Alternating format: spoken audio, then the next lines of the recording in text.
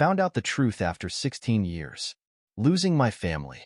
I always thought I understood the fabric of my life, the intricate weave of love, trust, and shared dreams. For 23 years, I held on to this belief. My name is David, I'm 40, and this is my story.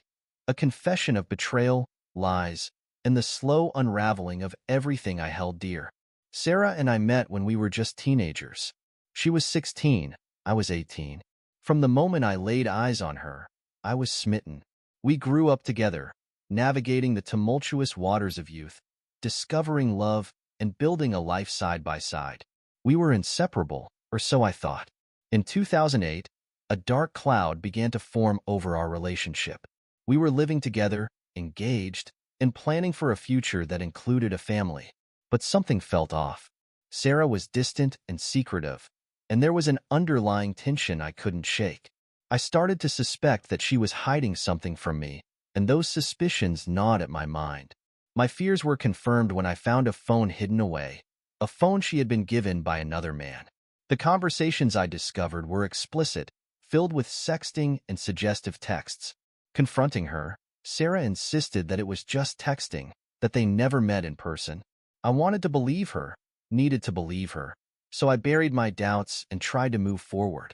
For the next 16 years, I wrestled with those doubts. I questioned her and sought the truth, but never got a satisfactory answer. Despite my misgivings, I convinced myself that maybe, just maybe, she was telling the truth. Eventually, I reached a point where I felt comfortable enough to marry her. So, in 2022, we finally tied the knot. I thought we had put the past behind us. Then, a few months after our wedding, everything came crashing down. I managed to track down the man from 2008 and finally got the confirmation I had been dreading. Sarah had lied to me. She had had an affair. Confronting her again, she admitted to it, and we spent the next 15 months trying to work through the pain, the betrayal. I wanted to understand why, to know what had driven her to do it, so I could decide about our future and our daughter's future. But as we delved deeper into those painful memories, her story kept changing. There were too many inconsistencies and too many holes in her narrative. Sarah suggested taking a lie detector test to prove her honesty, her love, and her commitment to me. Desperate for the truth, I agreed. She failed the test. Miserably. The revelations that followed were even more devastating. It wasn't just one affair. She had had several affairs around the same time. She had taken the test thinking she could fake her way through it, but the truth was undeniable. The question that broke her facade was simple. Have you slept with more than the number of people you've admitted to? Her failure to answer truthfully shattered any remaining illusions I had. We had been together for so long, and I could pinpoint only a few occasions when we weren't with each other. This revelation opened a Pandora's box of infidelities. We have a daughter, Emily, who is now 15. Despite the lies and the secrets, life had been relatively normal and loving between us. I was happy, invested, and always tried to be a good person. But discovering the depth of Sarah's deceit changed everything. It wasn't just about the affairs. It was about the ease with which she lied, the cold calculation behind her actions. The hardest part of all this was knowing that my decision would inevitably impact Emily. She was innocent in all of this, yet she would suffer the consequences of her mother's actions. I hated the fact that I had to disrupt her life because of Sarah's betrayal. For Sarah, these events happened long ago, but for me, they were a present, inescapable reality. The day I decided to confront Sarah about the lie detector test results was a turning point. I needed answers, and I wasn't going to let her evade the truth any longer. We sat down in the living room, the air thick with tension. Sarah, I began, my voice trembling with a mix of anger and sadness. I know you've lied to me. I know about the other affairs. She looked at me, her eyes wide with fear. David, Don't, I interrupted, holding up a hand. Don't try to deny it. The lie detector test proved it. Why, Sarah? Why did you do it? Tears welled up in her eyes, and for a moment, I saw a flicker of the girl I had fallen in love with all those years ago. I don't know, she whispered. I was young, and I made terrible mistakes. I was afraid to lose you, so I lied. I kept lying because I didn't know how to stop. Her words cut through me like a knife. You didn't just lie, Sarah.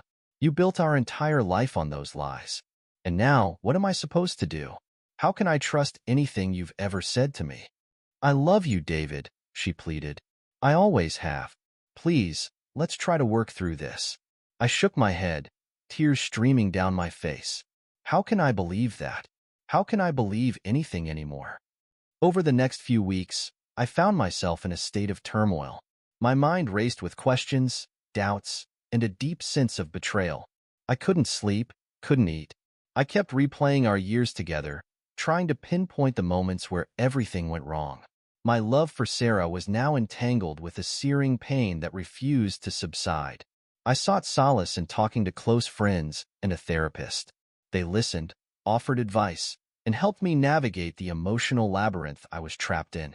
Through these conversations, I began to understand that my feelings were valid and that it was okay to feel hurt, angry, and confused. One evening, as I sat in Emily's room watching her sleep, I realized that my decision was no longer just about Sarah and me. It was about protecting my daughter from the toxic environment that our marriage had become. She deserved to grow up in a home where honesty and trust were paramount. The next morning, I called a family meeting. Sarah, Emily, and I sat around the kitchen table. My heart pounded as I prepared to speak. Emily, I began, trying to keep my voice steady, there's something we need to talk about. Your mom and I are going through a tough time right now. We've discovered some things that have hurt us both deeply, and we're trying to figure out the best way forward. Emily looked between us, her eyes wide with concern. Are you getting a divorce? She asked, her voice small and frightened. I glanced at Sarah, who was struggling to hold back her tears. We don't know yet, I admitted.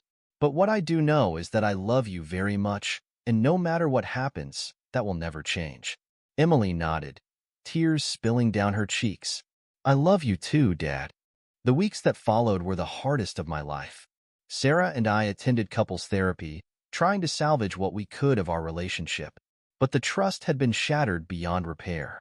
Every session was a painful reminder of the depth of her betrayal, and I found it increasingly difficult to envision a future together.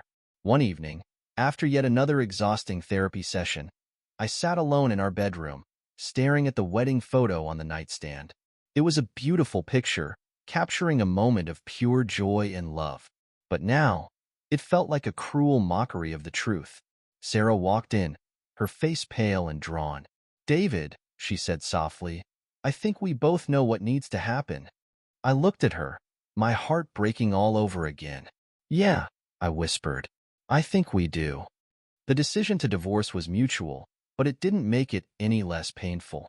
We broke the news to Emily as gently as we could, reassuring her that we both loved her and that none of this was her fault. Watching her cry, knowing that her world was falling apart because of our actions, was one of the hardest things I've ever had to do. We agreed to co-parent amicably, to put Emily's needs above our own pain and anger. It was a challenge, but we managed. Slowly, life began to settle into a new normal. Sarah moved out, and Emily and I adjusted to our new routine. As the months passed, I focused on rebuilding my life. I threw myself into my work, found solace in hobbies I had long neglected, and spent quality time with Emily.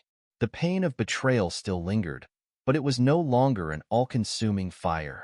Instead, it was a dull ache, a reminder of the past but no longer a prison. Sarah and I managed to maintain a cordial relationship for Emily's sake. We attended school events together, celebrated her milestones, and worked hard to ensure she felt loved and supported. It wasn't easy, but it was worth it. Looking back, I realized that my life had been built on a foundation of lies. But through the pain and heartache, I discovered a strength I didn't know I had. I learned that it was okay to let go of the past, to forgive but not forget, and to build a new future on my terms.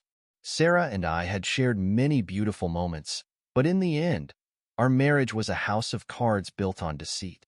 It had to fall for me to find my way out, for me to rediscover who I was and what I truly wanted in life.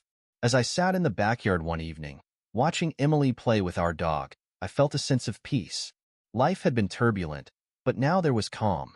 The storm had passed, and I was ready to embrace whatever the future held. I had been broken, but I was not defeated. I had lost, but I had also gained. And as the sun set, painting the sky with hues of orange and pink, I knew that I was finally free.